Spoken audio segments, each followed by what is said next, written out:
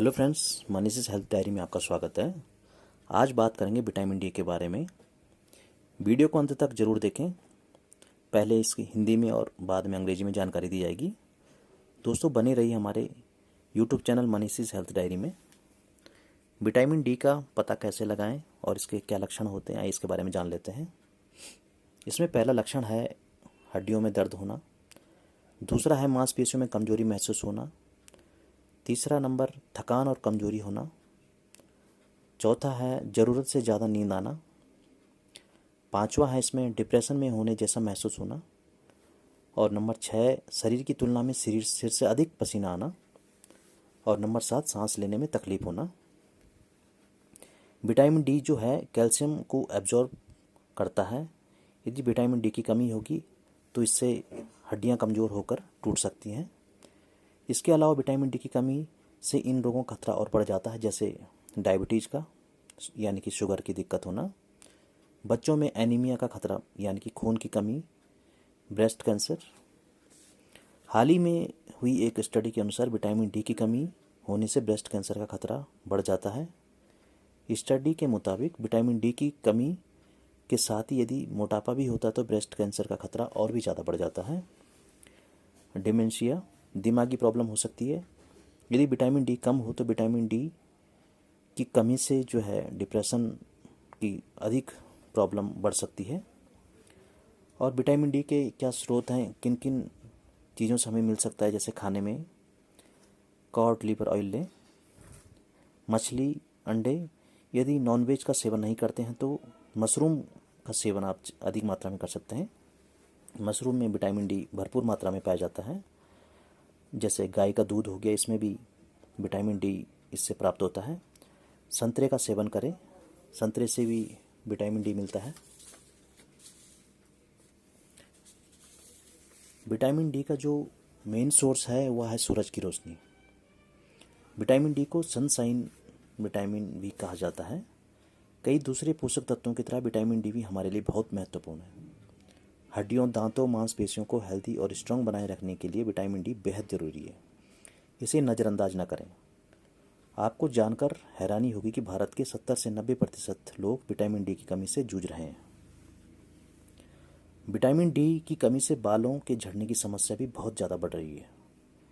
इसकी कमी से फॉलिकल्स कमज़ोर पड़ जाते हैं, जिस वजह से बालों के टूटने का खतरा बढ़ जाता है। विटामिन डी ही वही न्यूट्रिएंट है जो हेयर फॉलिकल्स को बढ़ाने में मदद करता है।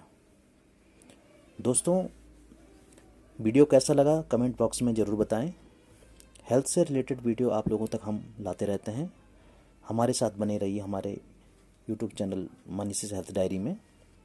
चैनल को सब्सक्राइब जरूर कीजिए और बेल आइकन को भी प्रेस कीजिए, जिससे हम कोई भी नई वीडियो डालेंगे तो नोटिफिकेशन आप लोगों तक पहुंच जाएगा। अब वीडियो में आगे बने रहिए क्योंकि इसका अंग्रेजी में हम इसकी जानकारी देंगे।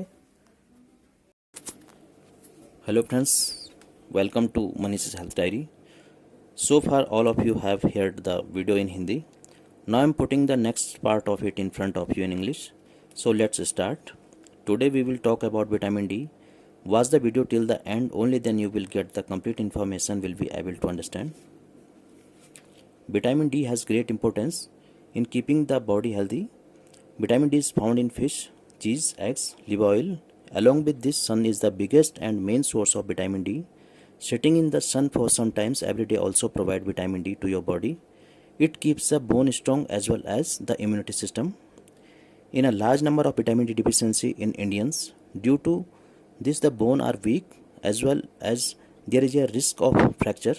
Due to this, the body's ability to fight against disease remains weak.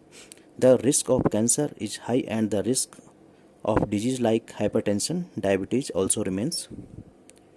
Now that the whole world has been ravaged by the coronavirus, it has become more important than ever to keep your immunity strong.